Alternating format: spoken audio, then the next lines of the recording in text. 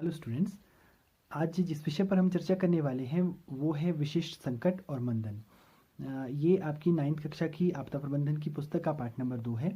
इसमें हम ये जानने का प्रयास करेंगे कि मंदन क्या है, विशिष्ट संकट कौन कौन से हो सकते हैं जो प्रमुखतः आपदाओं के रूप में घटित होते हैं, और उनसे जो बचने का जो उपाय है, मंदन की जो कार्यविधि है वो क्या क्या होती है। तो आइए आज के चैप्टर को शुरू करते हैं। सबसे पहले हम आज के चैप्टर में ये जानने का प्रयास करेंगे कि मंदन क्या होता है। मंदन किसी भी आपदा से निपटने के लिए उसके दुष्प्रभाव को कम करने की कार्यविधि होती है। वस्तुतः इसे किसी भी आपदा से निपटने की कार्यविधि माना जा सकता है, किंतु इसका जो सर्वमान्य जो उपयोग होता है वो भविष्य में आने वाली आपदाओं से बचने की जो कार्यविधियां हैं उसके रूप में इसका उपयोग होता है। मंदन का जो महत्व है, इसकी जो उपयोगिता है वो इस तरह से रेखांकित की जा सकती है। नंबर 1, ये सुरक्षा प्रदान करता है। मंदन का जो प्रमुख कार्य है वो आपदाओं से सुरक्षा प्रदान करना होता है। तो ये जनधन की हानि को रोकता है। आपदाओं के कारण जो जनधन की हानि होने वाली होती है उसको रोकने में ये सहायक होता है। नंबर 3, आपदाओं से उबरने में जो लोग हैं उनकी सहायता करने में ये बहुत मदद करता है। आपदाओं का जो सबसे बड़ा प्रभाव होता है वो लोगों की जनधन की हानि होता है, उससे उबरने में मंदन एक तरह से सहायता प्रदान करता है। और अंतिम जो इसका महत्व है वो वित्तीय दुष्प्रभावों को कम करना।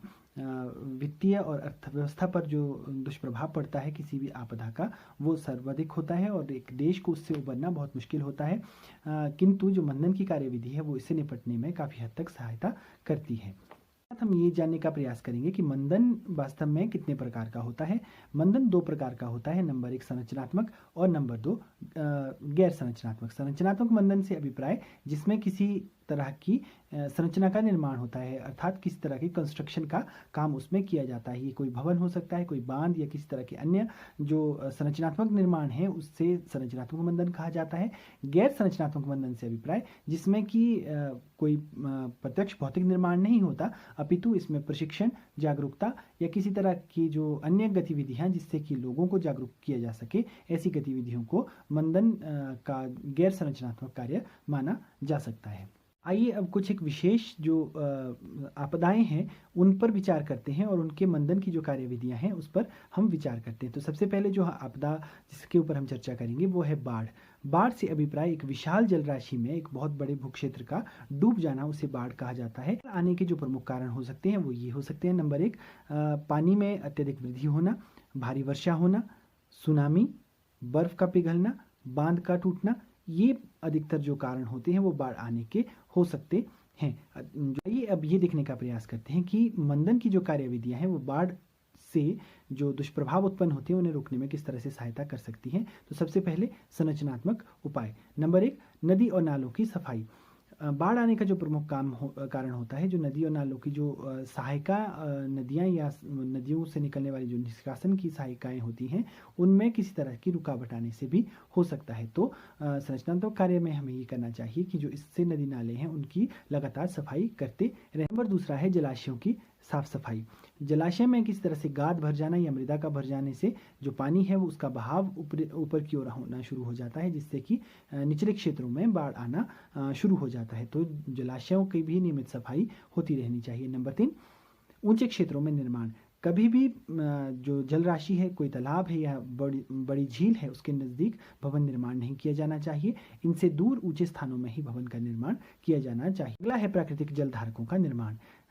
नदी के साथ साथ ऐसे जलधारकों का निर्माण किया जाना चाहिए जो प्राकृतिक रूप से नदी में अगर बाढ़ आती है तो उसके जल को आपस में समेट कर रखे ताकि आगे वो दुष्प्रभाव उत्पन्न ना करे। अगला वृक्षारोपण। बहुत अधिक मात्रा में पेड़ पौधों के लगाने से भी जो अतिवृष्टि है उसका जो दुष्प्रभाव है वो रुक जाता है, इससे भूस्खलन भी नहीं होता और जो बारिश का जो पानी है वो मृदा में एब्जॉर्ब हो जाता है, जिससे कि आगे बाढ़ आने की स्थिति उत्पन्न नहीं होती। तो ये तो थी संरचनात्मक कार्य। आइए अब ये देखते हैं कि बाढ़ के जो दुष्प्रभाव है उनको गैर संरचनात्मक कार्यों से किस तरह से बचाया जा सकता है। नंबर 1, स्थान चिन्हित करना। बाढ़ आने के जो क्षेत्र हैं वो मुख्यतः प्रतिवर्ष एक समान रहते हैं। नदी के तट वाले ऐसे स्थान जहाँ पे जल आसानी से भर सकता है, ऐसे स्थानों पर ही अधिकतर बाढ़ आती है। तो इसका मानचित्रीकरण करना चाहिए, जनता को इसके बारे में जागरूक करना चाहिए और उन्हें वहाँ से स्थानांतरित करके किसी दूसरे स्थान पर पहले ही ले जाया जाना चाहिए। नंबर 2, भूमि उपयोग में नियमन।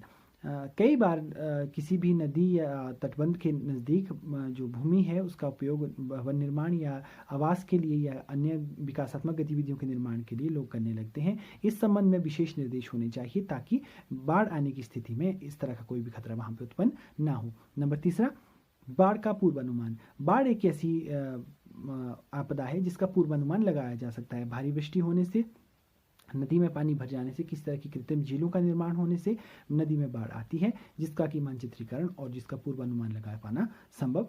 चर्चा करते हैं चक्रवात पर। चक्रवात एक ऐसी आपदा है जो तटीय क्षेत्रों में बहुत अधिक मात्रा में उत्पात मचाती है।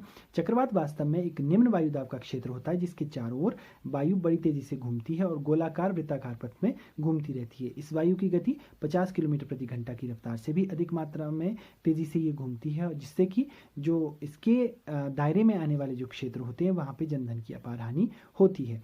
तो चक्रवात से बचने के जो मंदन के उपाय हैं उन पर चर्चा करते हैं। नंबर 1, संरचनात्मक उपाय।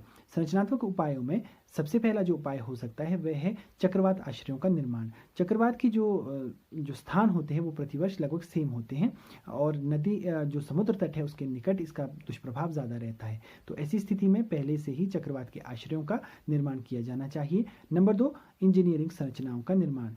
अगर तट के नज़दीक किसी तरह का कोई शहर बसा है या कोई आश्रय वहाँ पे लोगों के हैं तो वहाँ पे इंजीनियरिंग निर्माण किए जाने चाहिए ताकि चक्रवात से वो ज़्यादा प्रभावित ना हो। नंबर 3, पक्के भवनों का निर्माण। चक्रवात में तेज़ हवा चलने से अधिकतर जो छतें हैं वो उड़ जाती हैं और जो दीवारें हैं वो टूट जाती हैं। ऐसी स्थिति में जो भवनों का निर्माण है इस प्रकार इंजीनियरिंग की सहायता से करना चाहिए कि वो भवन पक्के बने और जो तेज़ हवा, तूफानी हवा है वो उसको नुकसान अधिक मात्रा में ना पहुंचा पाए।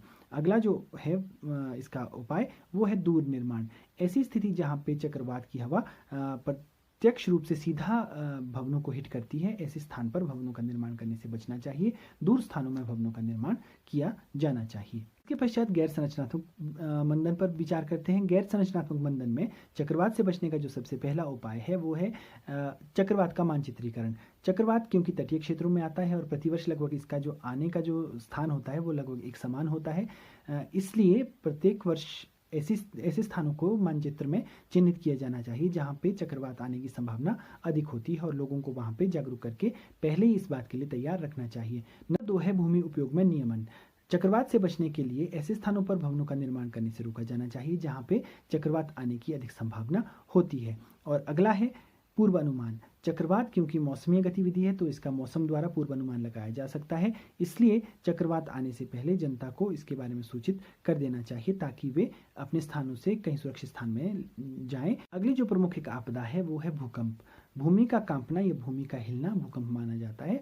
वास्तव में ये धरती के अंदर की जो टेक्टोनिक प्लेट्स होती हैं, विरूपित जो चट्टानें होती हैं, उनके अंदर ऊर्जा के संग्रहण से जब वो बाहर निकलने का प्रयास करती है तो वो भूमि के अंदर दरारों को तोड़कर भूमि को हिलाकर बाहर निकलती है, जिससे कि धरती पर भूकंप की उत्पत्ति होती है। भूकंप का किसी भी तरह से पूर्वानुमान लगाया जाना असंभव है। आज तक कोई भी प्रयोग ऐसा सिद्ध नहीं हो पाया जो कि भूकंप का पूर्वानुमान जिसमें लगाया जा सके। भूकंप से बचने के लिए जो संरचनात्मक उपायों में पहला उपाय है वो है पक्के भवनों का निर्माण।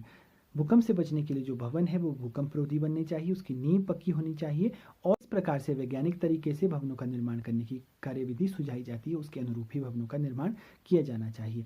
अगला, अधिक मंजिलों वाले भवनों के निर्माण में रोक।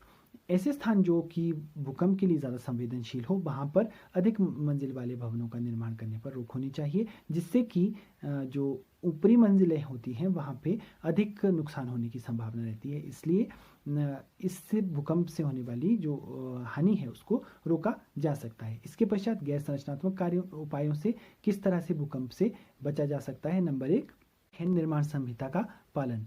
भवन निर्माण करने के लिए जो इंजीनियरिंग के आधार पर जो मानक प्रस्तुत किए जाते हैं उनके अनुरूप ही भवनों का निर्माण किया जाना चाहिए। नींव को पक्का बनाना चाहिए और जिस अनुपात में रेत, सीमेंट और जो बजरी है उसका अनुपात होना चाहिए उसी अनुपात में उसको बनाना चाहिए ताकि भवन की जो जीवन है वो लंबा रहे और वो पक्का मकान बने। दूसरा जो इसका गैर संरचनात्मक जो मंदन का उपाय है वो है मानचित्रीकरण। ऐसे स्थानों को को पहले चिन्हित किया जाना चाहिए जहाँ पे भूकंप आने की संभावना अधिक है और वहाँ पे हानि होने की संभावना भी अधिक है। ऐसी स्थिति में लोगों को वहाँ पे पहले जागरूक करना चाहिए ताकि वे ऐसी स्थिति उत्पन्न होने पर अपने आप को बचा सके। जो आपदा वो है भूस्खलन। ये पर्वतीय क्षेत्रों में अधिक मात्रा में देखने को मिलती है। भूस्खलन से अभिप्राय मिट्टी, चट्टानों या जो भूमि की ऊपरी परत है वो ढीली होकर जब खिसकने लगती है और ढलान से नीचे खिसक जाती है, ऐसी स्थिति को भूस्खलन कहा जाता है। भूस्खलन से बचने का जो संरचनात्मक उपाय है वो सबसे पहला है अपवाह तंत्र में सुधार। पानी के निष्कासन से या पानी जब जमीन में एक जगह इकट्ठा होता है तो वो जमीन को कच्चा करने लगता है। इससे क्या होता है कि जो भूस्खलन की जो संभावना है वो बढ़ जाती है, इसलिए इसको पहले ही रोका जाना चाहिए। नंबर 2 है इंजीनियरिंग के आधार पर भवनों का निर्माण। इंजीनियरिंग की सहायता से जो भवनों के निर्माण की रूपरेखा है उसके आधार पर ही भवनों का निर्माण किया जाना चाहिए ताकि भूस्खलन वाले क्षेत्रों में भवन निर्माण ना करके होने वाली हानि से पहले ही बचा जा सके। नंबर 3 है पुख्ता दीवार। कई बार ऐसे स्थान जहाँ पे भूस्खलन की अधिक संभावना होती है वहाँ पे ब्रेस्ट वॉल या पुख्ता दीवार लगाई जाती है ताकि भूस्खलन से अधिक हानि ना हो। अगला है वृक्षारोपण। वृक्ष की जड़ें मिट्टी की जो ऊपरी परत है उसे बहुत मजबूती से पकड़े रखती है जिससे कि भूस्खलन में अधिक हानि नहीं होती, तो वृक्षारोपण से भी भूस्खलन को रोका जा सकता है। इसके पश्चात गैर संरचनात्मक कार्यों में किस तरह से भूस्खलन से होने वाली हानि को रोका जा सकता है, आइए उस पर चर्चा कर। पहला है मानचित्रीकरण। ऐसे स्थान जहाँ पे भूस्खलन होने की अधिक संभावना रहती है उनका पहले ही निश्चय किया जाना चाहिए और लोगों को वहाँ से दूर पक्के स्थानों पर भवन बनाने के लिए प्रेरित किया जाना चाहिए। नंबर 2 है जागरूकता फैलाना। लोगों को इस संबंध में जागरूक किया जाना चाहिए कि वो भवन निर्माण में अच्छी भूमि का चयन करें और उस भूमि की पहले ही जांच करवा लें ताकि लोगों को आने वाली जो आपदा है उससे वो बच सकें। वास्तव जो आपदा जिस पर हम चर्चा करेंगे वो है सूखा। सूखा वास्तव में जलवायु ऐसी स्थिति है जिसमें कि नमी की मात्रा कम हो जाती है। भूमि में नमी की मात्रा कम होने से अभिप्राय पानी की मात्रा का कम होना, वर्षा की मात्रा में कमी और धीरे धीरे ये एक ऐसी स्थिति में परिवर्तित हो जाती है कि भूमि बंजर होकर सूखने लगती है और वहाँ पे जो वनस्पति है उसका उगना असंभव होता जाता है। ये वास्तव में एक क्षणिक उत्पन्न नहीं होती, ये लंबे समय से चलने वाली प्रक्रिया है, इसलिए इसका पता लगाना और इसका निराकरण कर पाना भी बहुत मुश्किल होता है। का जो प्रमुख कारण है वो है वर्षा में कमी, अनियमित वर्षा और वृक्षों का अधिक मात्रा में काटा जाना। इन कारणों से जो ज़मीन है वहाँ पे नमी की मात्रा कम होने लगती है और धीरे धीरे सूखे की स्थिति उत्पन्न हो जाती है। सूखे की स्थिति से निपटने के लिए जो संरचनात्मक कार्य हैं वो इस प्रकार किए जा सकते हैं। नंबर 1 जल स्रोतों का पुनरुद्धार। जल स्रोत, कुआं, बावड़ी, तालाब इत्यादि का पुनरुद्धार करने से भूमि में जो जल धारण की क्षमता है उसे बढ़ाया जा सकता है। वर्षा जल को एकत्रित करके उससे भी जो भूमि में जो जल की मात्रा है उसे बढ़ाया जा सकता है। नंबर 2 जल संग्राहक निर्माण, जैसे रेन वाटर हार्वेस्टिंग या जो भूमि में कहीं पे भी जहाँ पे ऐसा तालाब जहाँ पे पानी इकट्ठा हो सकता है ऐसे संग्राहक क्षेत्रों का निर्माण करके भूमि में जल की धारण की क्षमता को बढ़ाकर जो सूखा है उसकी स्थिति को कम किया जा सकता है। इसके पश्चात जो गैर संरचनात्मक कार्य हैं उनमें नंबर 1 निरीक्षण करना। वैज्ञानिक तरीकों से हर स्थान पर ये निरीक्षण किया जाना चाहिए कि वहाँ पे नमी की मात्रा में आने जो पिछले जो कुछ दशक है, कुछ वर्ष हैं, उनमें किस तरह से परिवर्तन देखने को मिला है ताकि सूखे की स्थिति का अनुमान लगाया जा सके। नंबर 2 सूखा जागरूकता अभियान। लोगों को इस बारे में प्रेरित किया जाना चाहिए कि सूखे की स्थिति है वो मानव द्वारा निर्मित होती है। इसका जो प्रमुख कारण है वो पेड़ पौधों का काटा जाना, जो भूमिगत जल है उसका अनावश्यक दोहन और जो वर्षा जल है उसको अगर ना बचाया जाए तो सूखे की स्थिति अधिक मात्रा में उत्पन्न हो सकती है। और इसके अलावा भूमि उपयोग नियमन। ऐसे स्थान जहाँ पे जलीय स्रोत हैं वहाँ पे भवन निर्माण या अन्य प्रकार की जो गतिविधियां हैं उनसे बचा जाना चाहिए ताकि जो जल स्रोत है उसकी शुद्धता बनी रहे और वहाँ पे किसी प्रकार से जो भूमिगत जल है उसके दोहन में अधिक मात्रा में वृद्धि ना हो। तो आज की चैप्टर में हमने ये सीखा कि जो विशिष्ट संकट हैं उनमें मंदन की कार्यविधियां क्या क्या हो सकती हैं, मंदन से क्या अभिप्राय है और मंदन की जो प्रमुख जो प्रकार है संरचनात्मक और गैर संरचनात्मक, ये किस तरह से प्रमुख संकटों में अपना कार्यविधियों को अपनाते हैं। इसके साथ आज का चैप्टर समाप्त। धन्यवाद।